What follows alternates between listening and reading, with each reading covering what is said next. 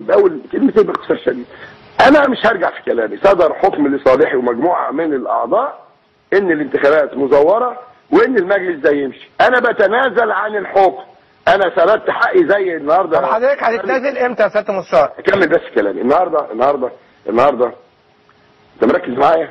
النهارده كان المفروض كان في قضيه اكمل بس كلامي، هقولها انا واجيب لك. اتفضل. النهارده في احدى المذيعين للاسف الشديد في احدى القنوات بيتراهن على نادي الزمالك، يقول لك انا راهنت اسامه ابو زيد الصحفي طبعا المشهور في اخبار اليوم انه راهنوا انه اللي حصل ده تهريج وهزار ومش هيحصل، وراهنوا على 5 جنيه. عايز اقول له نادي الزمالك كبير يا احمد يا شوبير. تاني نادي الزمالك كبير وانت مجربني قبل كده، ميعادك في بيتك سنه.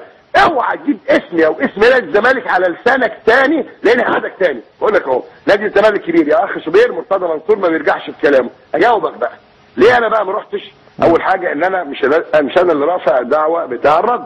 تمام. نمره 1. نمره 2 الدعوه الاصليه هتنظر يوم الاربعاء القادم. تمام.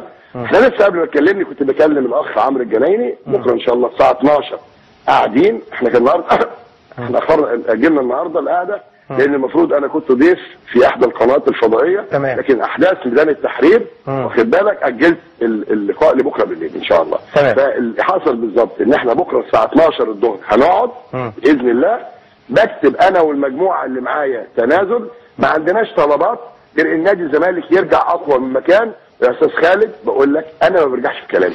والله بص يا سياده المستشار انا عارفك شخصيا بغض النظر بقى عصبي ما اعرفش، لكن ما بتقول كلمه ما بترجعش فيها. بص يا خالد انا بس عايز اقول حاجه واحده قبل ما يعني اسمعك.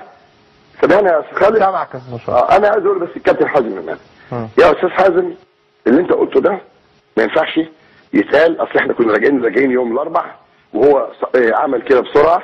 اديك شفت النهارده اول جلسه في رد القاضي راحت 19 ولا 17 12. تمام. وراحت للمفوضين يعني ممكن تقعد سنه. يا استاذ حازم بلاش الاستفزاز لانه انا متعرض لضغوط عنيفه ان انا لا والناس دي ما ترجعش. فيا استاذ حازم بامر الله مش هترجع باذن الله. طب متعرض لضغوط من مين؟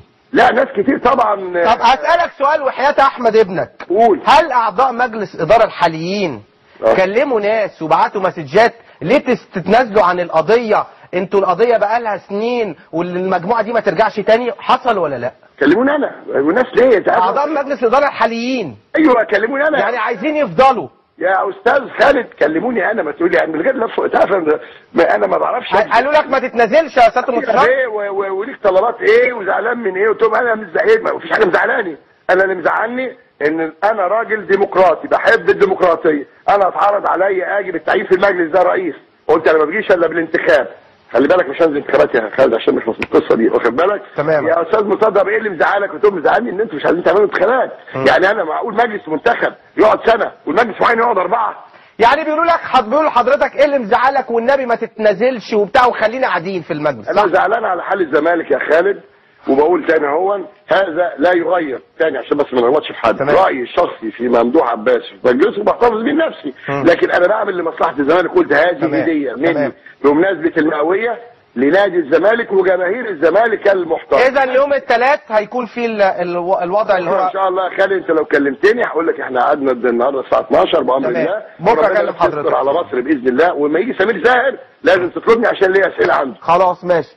شكرا سياده المستشار مرتضى منصور.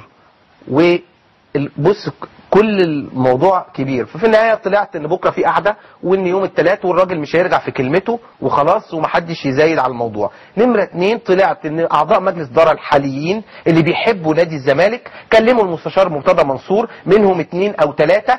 ليه تتنازل؟ ما تخلي القضيه شغاله. وطبعا ما يخلي القضيه شغاله ليه؟ عشان احنا نفضل على الكرسي ده. مش مهم الزمالك، مش مهم نادي الزمالك، المهم ان انا افضل على الكرسي، ان انا ابقى باقي على الكرسي. مش لاقيين فلوس. طب مش لاقيين فلوس باقيين ليه؟ مش عارفين